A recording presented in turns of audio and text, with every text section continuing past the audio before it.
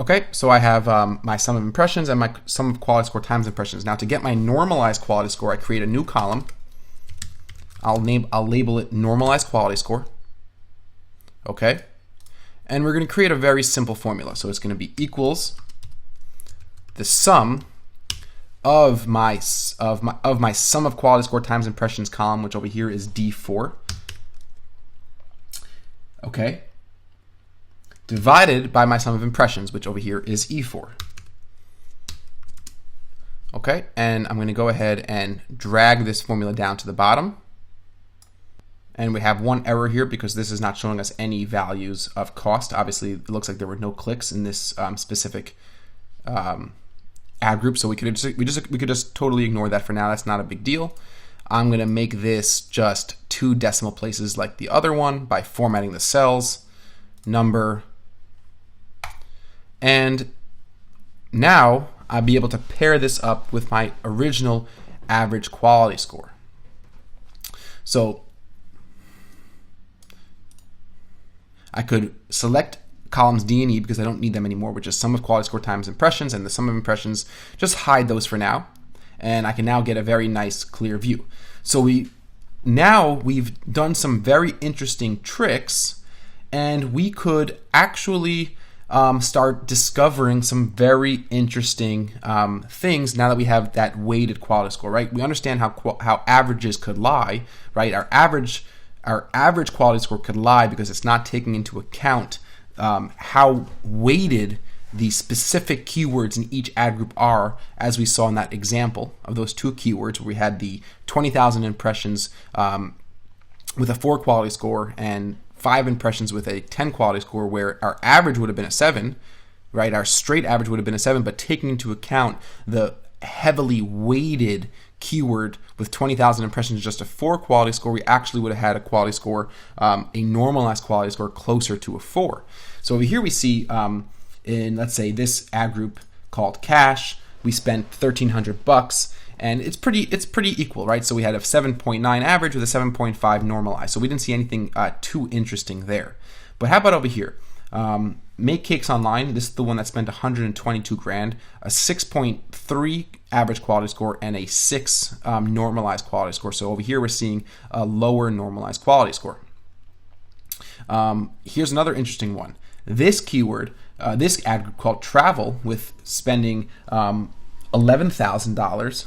Still, it's a high spending ad group. It spent $11,500 with a 7.4 quality score, and I might have gone in there and done some work, but in fact, when we take the normalized quality score, we're really looking at an 8.32, and even more so in this ad group, Travel Exact.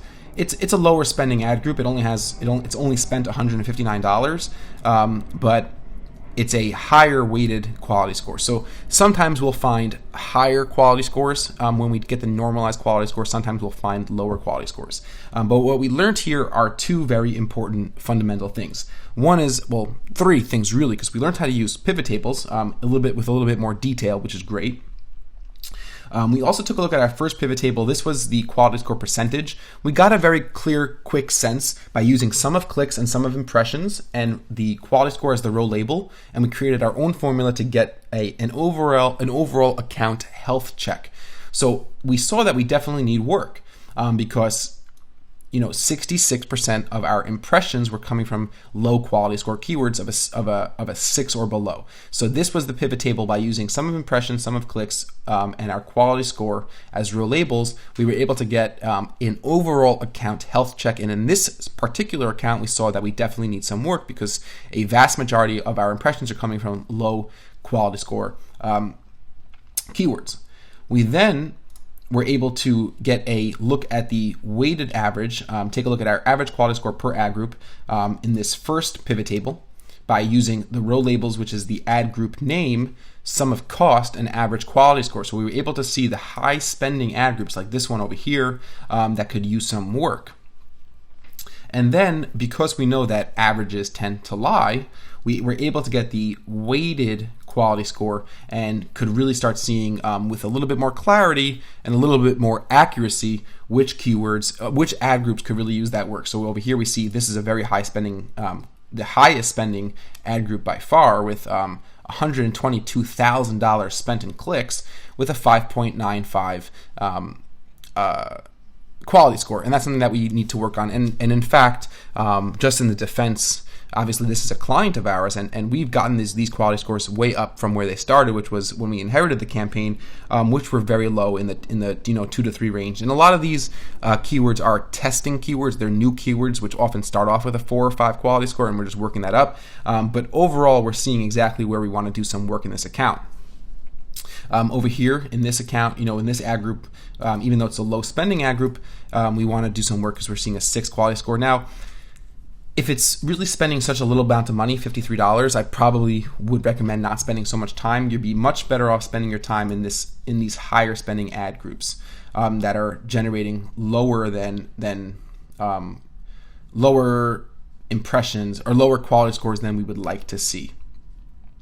So that's definitely something that you want to take a look at. So overall, we definitely did a lot of very, pretty advanced stuff. We took a look at understanding weighted averages. We took a look at understanding pivot tables, how to assess the health, the overall count quality score health, and then how to determine exactly which ad groups need work by using the average quality score, figuring out which ad groups spending the most money that have the lowest quality scores, and figuring out based on the weighted average, once again, with a little bit more accuracy, which ad groups you start needing to work on. You already learned from the previous videos exactly how to fix quality score, how to improve your quality score, and now it's just really a matter of working on these elements, working on these components, and taking your skills to the next level. So guys, thanks so much for watching. I hope you did learn a lot. This is a very crucial aspect of campaign managing, understanding quality score, and I look forward to seeing you in a couple minutes in the next video. Talk to you guys soon.